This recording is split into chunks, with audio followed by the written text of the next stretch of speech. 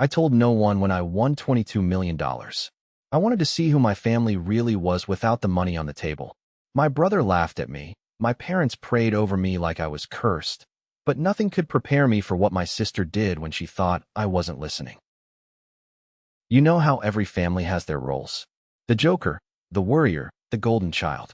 Mine wasn't any different.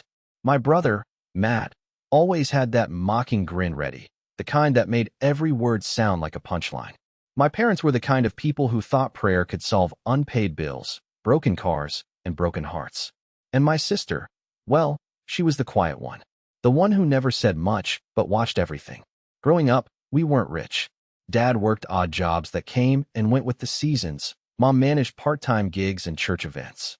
We weren't starving, but we never had extra. Birthdays meant cake from a box and gifts wrapped in last week's newspaper. And honestly, I didn't resent it. I thought that's just how life worked. You made do with what you had. As we all got older, the cracks in the family started to show. Matt leaned into sarcasm like it was oxygen. He dropped out of community college, bounced between jobs, and somehow always had the loudest opinion at family dinners. My parents clung tighter to faith, sometimes to the point where it felt less like hope and more like denial. And my sister, Emily, built her own world. She worked long hours, never asked for help, and when we sat together, she listened more than she spoke.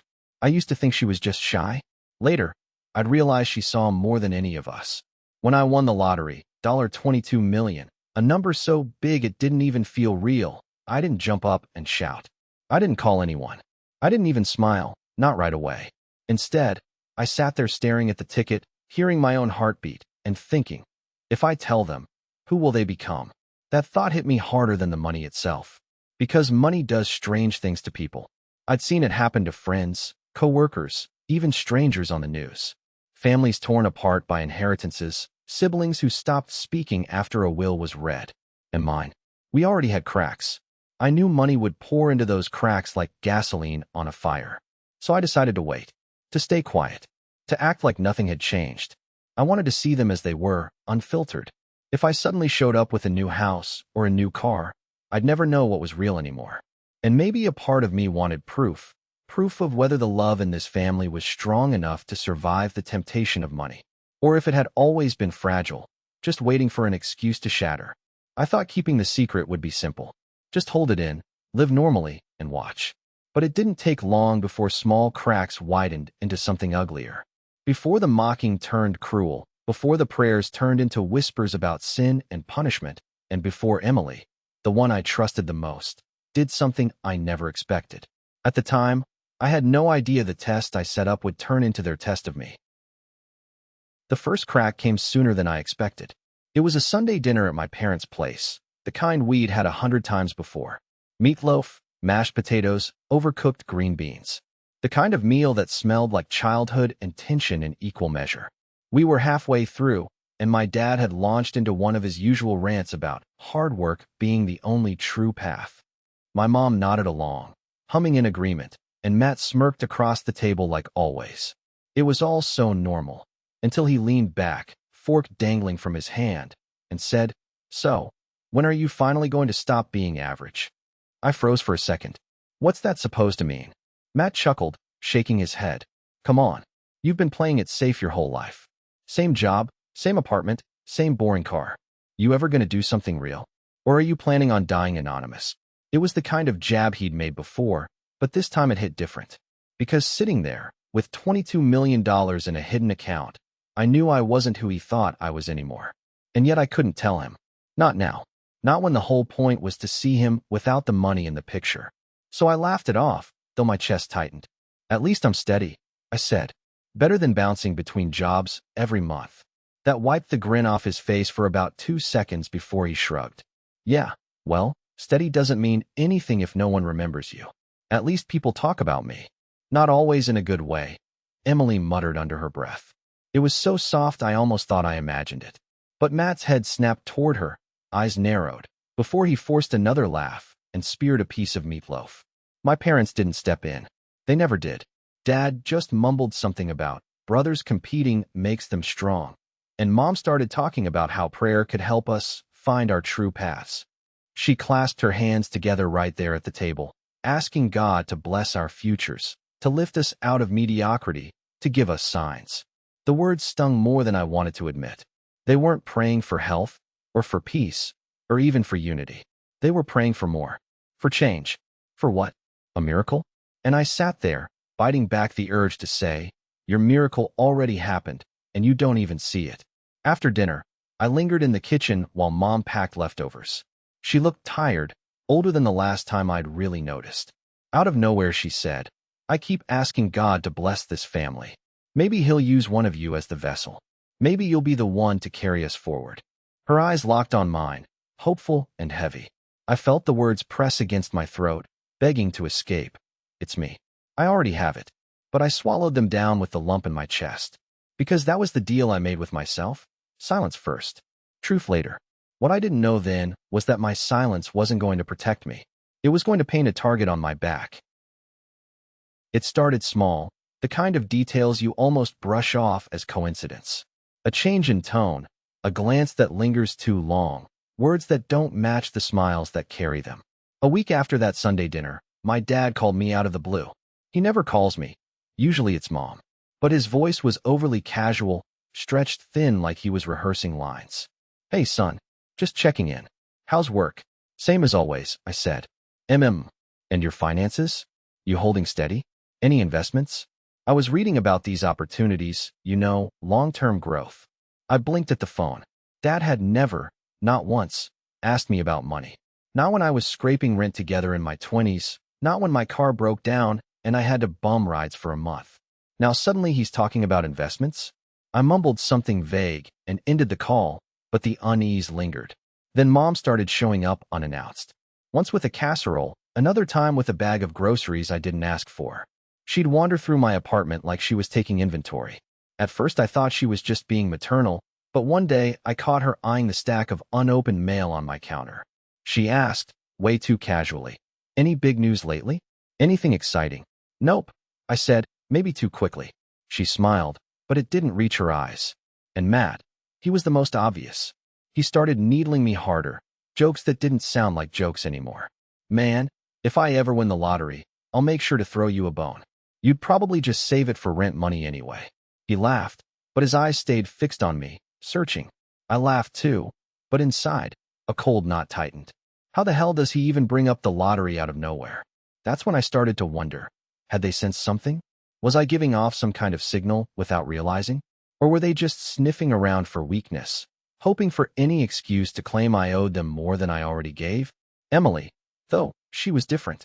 She didn't pry, didn't ask questions. But one night after dinner at her place, when I was helping her clear plates, she said softly, "You've been quiet lately. Quieter than usual. Just don't let them get to you, okay?" Her words stopped me.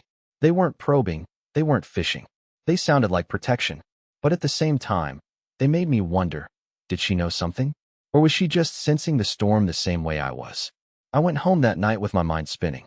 My plan had been simple: stay silent, observe, and learn. But the lines were already blurring. Every look from Matt felt like suspicion. Every prayer from Mom sounded like a demand. Every just checking in from Dad felt like a test. I started checking my phone twice before answering. Started locking my bedroom door at night, even though no one lived with me. It felt paranoid, and maybe it was. But deep down, I couldn't shake the feeling that my family was circling me, like they smelled something in the air, something they couldn't quite name yet. And I knew, sooner or later, they'd push hard enough to make me slip. I wasn't ready for the proof when it came. Up until then, I could still convince myself I was being paranoid. Families are messy. People say dumb things. Maybe I was just projecting my own secret onto their actions. That illusion shattered one Friday night. I had dropped by my parents' house unannounced, something I rarely did. I figured it would look normal, keep suspicion low. But when I parked outside, I noticed the lights were still on even though it was nearly midnight. Laughter leaked out through the kitchen window, and I recognized Matt's voice immediately, sharp and mocking. I pushed open the front door, unlocked, as always, and froze in the hallway. They didn't know I was there. "I'm telling you, he's hiding something," Matt said. My stomach flipped.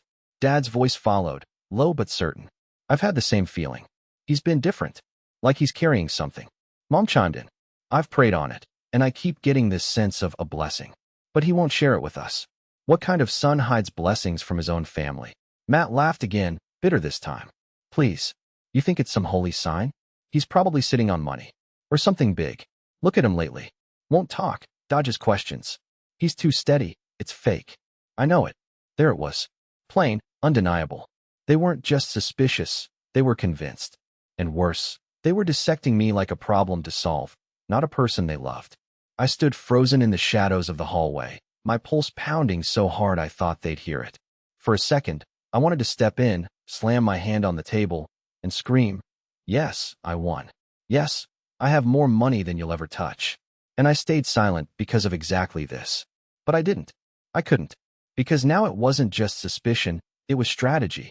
I had the upper hand, as long as they didn't know I knew. Their conversation twisted the knife deeper. Dad sighed. If he's hiding money, we need to pray harder. God will convict his heart. He'll be forced to share. Family comes first. Family comes first. The words burned hot in my chest. Not because I didn't believe in family, but because I could hear what he really meant. We come first. Our needs. Our wants.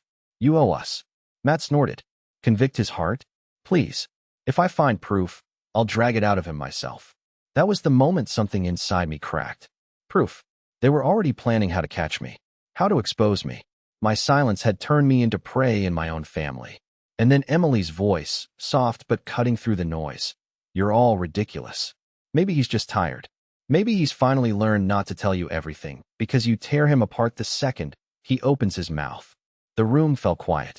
I held my breath. Matt scoffed. Oh, of course you're defending him. You always take his side. Because I actually listen, Emily snapped. Her voice shook, but it was the first time I'd ever heard her raise it against them. For a second, I felt a flicker of warmth. She was on my side. But it didn't erase the chill crawling up my spine from everything else I'd just heard. I slipped back out the front door before anyone could notice I'd been there. My hands were trembling so badly, I dropped my car keys twice before getting the engine started. Driving home, the weight of it pressed down on me like lead. It wasn't just paranoia. It wasn't imagination. They knew something was different. And they weren't treating it with love, they were treating it like leverage. By the time I pulled into my apartment, the adrenaline was wearing off, leaving only nausea. I sat in the car, staring at the steering wheel, replaying every word in my head. He's hiding something. If I find proof, I'll drag it out of him. I realized then, the game had changed. I wasn't just observing them anymore. They were hunting me. And I wasn't sure how long I could keep the secret before something snapped. The weekend after I overheard them, I stopped by Emily's apartment. I needed some normalcy, some sense that at least one person in my family wasn't sharpening knives behind my back. She greeted me the way she always did. No big hugs, no theatrics, just a quiet smile, and a "Hey, you hungry?" as she handed me a mug of tea. Her place smelled like rosemary and old books. It was the opposite of our parents' house. Tidy, calm, no religious icons on every surface. For the first time in days, I felt my shoulders loosen. We ate takeout on her couch, and she asked about work, about my car, about the weather. Small talk. Safe talk. But I couldn't stop watching her face, looking for signs she knew more than she was saying. Finally, she sighed. They're getting out of hand, you know. Matt especially. He keeps calling me, trying to get me to. I don't know, Snoop on you. My stomach dropped. What do you mean, Snoop? She met my eyes. He asked if I'd go through your mail if I visited. Or check your phone if you left it out. I stared at her, words stuck in my throat. Part of me wanted to explode. How dare he drag her into this? Another part of me felt a sick gratitude she was even telling me. I told him no, she added quickly. I told him to leave me out of whatever paranoid crusade he's on. But then her voice softened. You are hiding something though, aren't you? There it was. The question I'd been waiting for. She didn't ask it like Matt would. Accusatory, sharp. She asked it like she was bracing for an answer she already half knew. I tried to keep my face neutral. Why do you think that?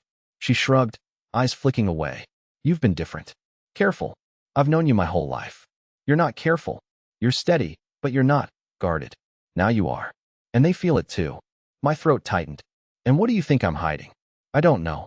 She hesitated, then added. But they're not going to let it go.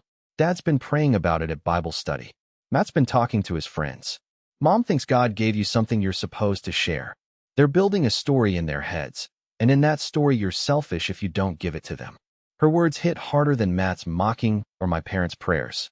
They weren't just suspicious, they were mobilizing, turning my silence into a moral failing. Emily reached out, resting her hand on my arm. I don't care what it is, but you should know, they're planning a family meeting. Next weekend. Dad wants everyone there. Says it's time to clear the air. A cold ripple moved through me. A family meeting. I could picture it already. Dad at the head of the table, Mom wringing her hands, Matt smirking like a vulture. Me in the center, forced to explain myself while they closed in. I forced a laugh. Sounds fun, but inside, something shifted. I'd thought I was running the test, controlling the game. Now I realized they were building their own test for me. And next weekend, everything might come crashing down.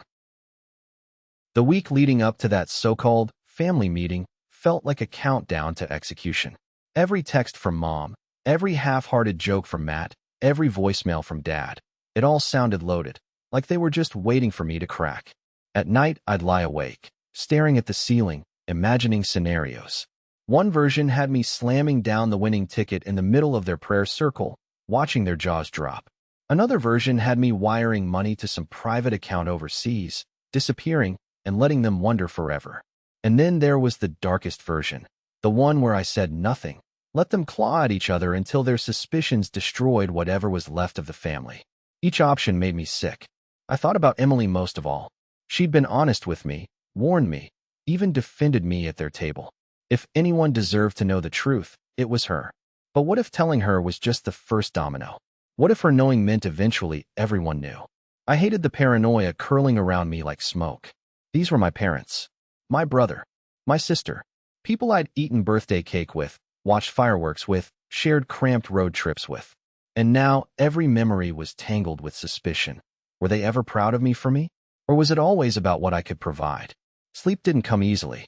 When it did, it came in fragments. Dreams of Matt rifling through my drawers, of Mom chanting prayers over stacks of cash, of Dad glaring at me like I'd failed some invisible test. I woke drenched in sweat, convinced I was losing my mind. By Thursday night, I was done imagining. I sat at my kitchen table with a notepad, scrawling ideas. Lies I could tell, half-truths I could spin, contingencies if they tried to corner me. The paper filled with words, then scratched out lines, then darker, heavier ink.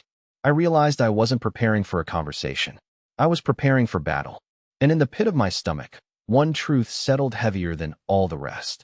No matter what I chose, something was going to break this family wide open. The meeting was set for Saturday evening. My parents framed it as a family dinner, but Emily's warning echoed in my head.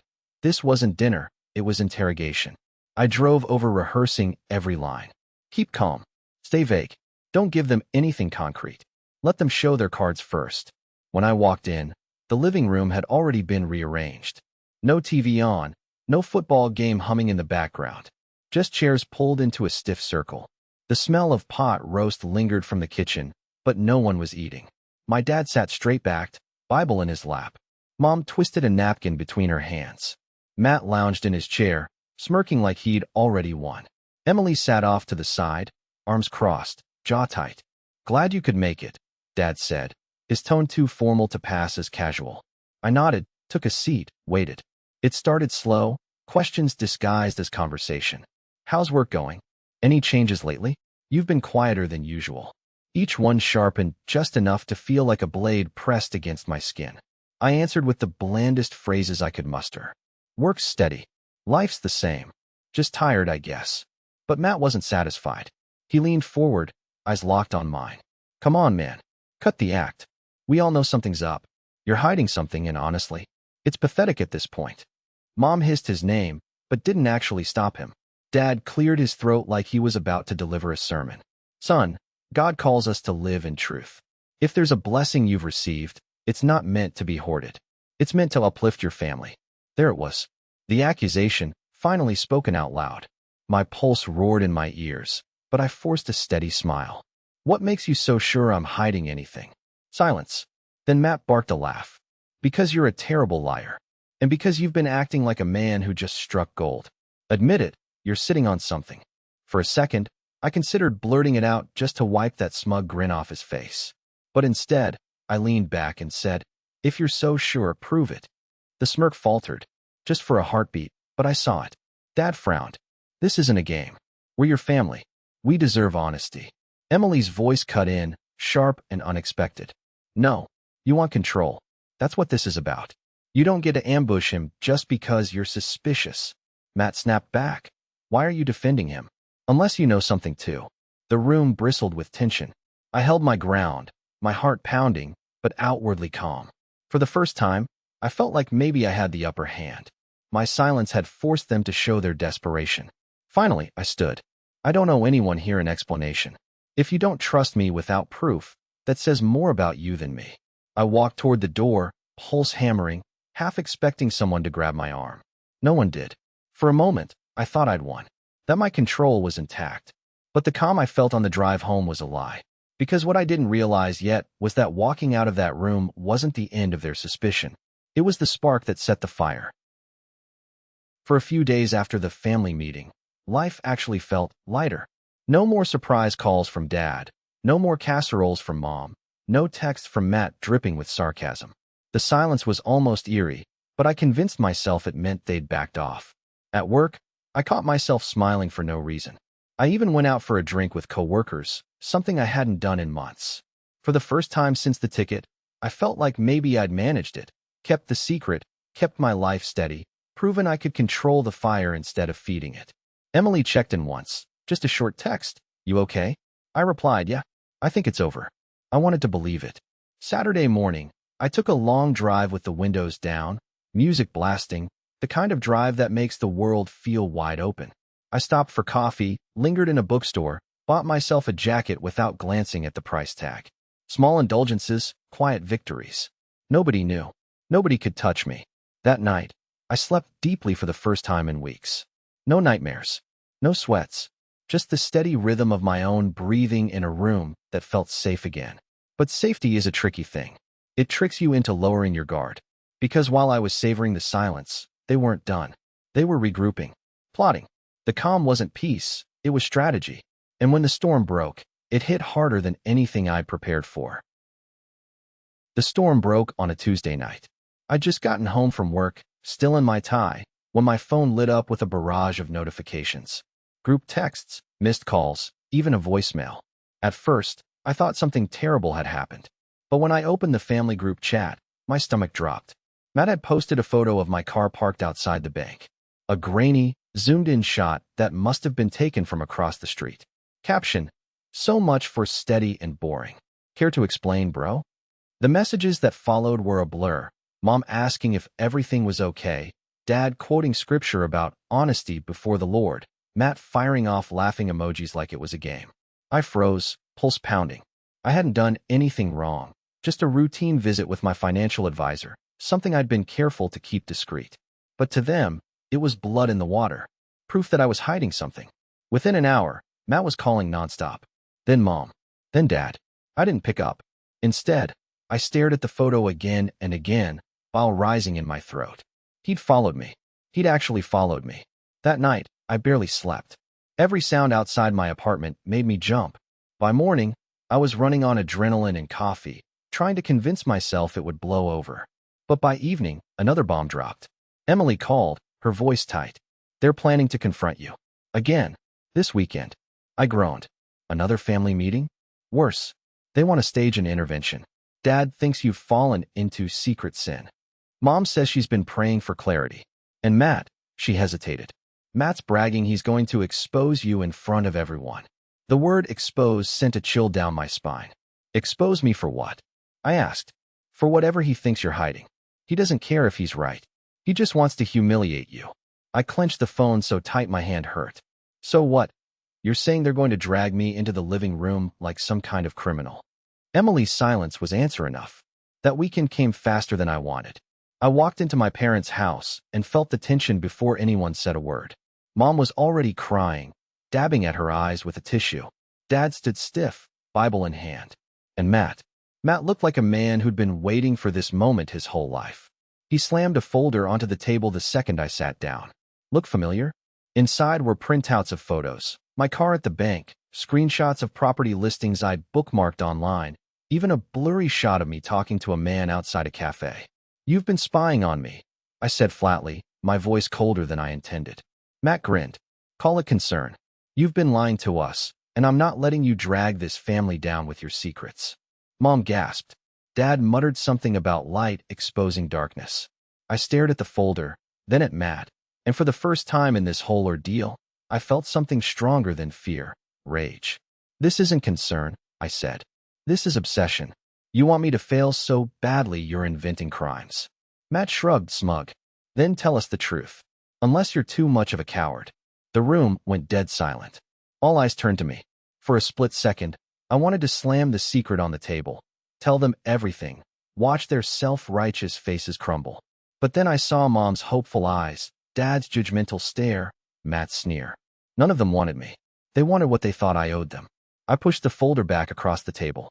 I don't owe you explanations. Not tonight. Not ever. And I walked out. Matt's voice chased me down the hallway. You'll regret this. Out in the cool night air, my chest heaved, my hands shaking. I thought leaving would make me feel free. Instead, it felt like I'd just declared war. Because now it wasn't about suspicion anymore. It was about vengeance.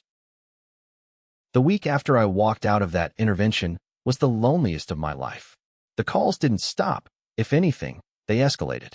Matt left me voicemails dripping with venom. You think you're better than us? You're nothing without this family. Dad's messages sounded calmer but carried their own weight. Verses about greed, warnings about secrets festering in the dark. Mom's texts blurred together into pleas for me to open my heart, punctuated with crying emojis. I stopped answering. I stopped listening. My phone stayed face down on the counter, battery draining while I paced my apartment like a caged animal. The silence inside those walls was crushing. I thought I wanted distance, but distance is different when it feels like exile. For years, even when we fought, I believed deep down that family meant safety. Now, that word felt poisoned. Family was the threat, the thing circling outside my door, waiting for me to slip. Work wasn't much better. I sat at my desk pretending to read reports while my mind replayed every word Matt had said, every photo he'd taken, every prayer Mom whispered like a curse. I imagined them plotting in my parents' living room, turning me into some villain in their story. And the worst part? I couldn't tell anyone why it haunted me. How do you explain you're being hunted for winning too much? By Friday, the pressure boiled over. I found myself driving aimlessly, headlights cutting through the dark, my chest tight, with something dangerously close to panic. At a red light, I slammed my hands against the steering wheel and shouted into the empty car. The sound bounced back at me, raw and pathetic. I wanted to tell someone. Emily. Anyone. But the thought of admitting the truth terrified me. Because once I said it out loud, it wouldn't just be my secret anymore. It would be ammunition. That night, I sat at the kitchen table with the winning ticket in front of me. The paper felt heavier than it had the day I first held it. I stared at the numbers, traced them with my finger, whispered them like a curse. $22 million. Enough to change everything. Enough to ruin everything. My hands shook as I thought. What if I've already ruined it? What if the test wasn't about them? It was about me. The thought lodged in my chest like a stone. I'd set this whole ordeal in motion, thinking I could control it. But maybe I was the fool. Maybe I'd been arrogant, thinking I could hold the truth back without it poisoning everything. When I finally crawled into bed, the apartment felt colder than ever. Sleep didn't come. Just the steady, suffocating awareness that I was losing more than family. I was losing myself. And somewhere deep inside, a voice whispered, "This can't go on. Something has to end." I knew it had to end. The endless suspicion, the spying, the prayers that sounded more like demands. It was eating me alive. By Saturday, I couldn't take it anymore. I texted Emily, "Meet me at Mom and Dad's tonight. Bring everyone. No excuses." Her reply came fast. "Are you sure?" I wasn't. But I wrote back, "Yes." When I walked into my parents' house that evening, the air was thick with expectation. Matt was already there, leaning against the wall with his arms crossed, smirk plastered on his face.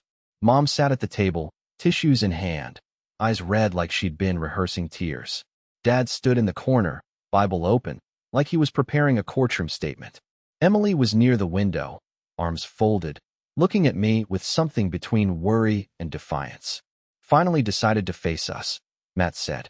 His voice dripped triumph. I dropped a plain envelope onto the table. It landed with a sharp slap that cut through the room. "This is it. The thing you've been circling like vultures." No one moved at first. Then Matt snatched it up, ripped it open, and froze when he saw the ticket inside. His smirk faltered. Is this? Yes, I said flatly. $22 million. I won. Months ago. The silence was deafening. Mom gasped, clutching her chest. Dad's eyes narrowed, lips pressing into a thin line. Matt just stared, the color draining from his face before rage flushed it red again. You selfish bastard, he spat. You've been sitting on this while you what? I snapped, stepping forward. While you mocked me for being boring. While you prayed I'd get a miracle, but only if it meant you got a cut. While you stalked me, took photos, tried to break into my life. Matt's jaw worked, but no words came. I turned to Mom and Dad. You wanted honesty? Here it is. I stayed quiet because I wanted to see you. The real you. And guess what? I saw everything. The spying. The entitlement. The way you twisted faith into leverage. You didn't want me. You wanted what you thought I owed you. Mom's lip trembled. We just wanted to share in your blessing. No, I said. My voice was steady now, sharper than it had ever been. You wanted control. And you proved it the second you tried to corner me. Dad started to speak, but Emily cut him off. Her voice was firm, louder than I'd ever heard it. He's right. All of you need to hear this. You don't own him. You don't get to decide what he does with his life. Or his money. They turned on her, shocked. Matt snarled. Of course you're on his side. You probably knew all along. I didn't, she said, her voice steady. But I do know this. You've treated him like a bank account instead of a brother. And I'm done watching it. Her words landed harder than mine ever could. For the first time, I saw my parents flinch, like the mirror had finally been turned on them. Matt slammed the ticket onto the table. Fine. Be selfish. But don't come crawling back when you realize money can't buy family.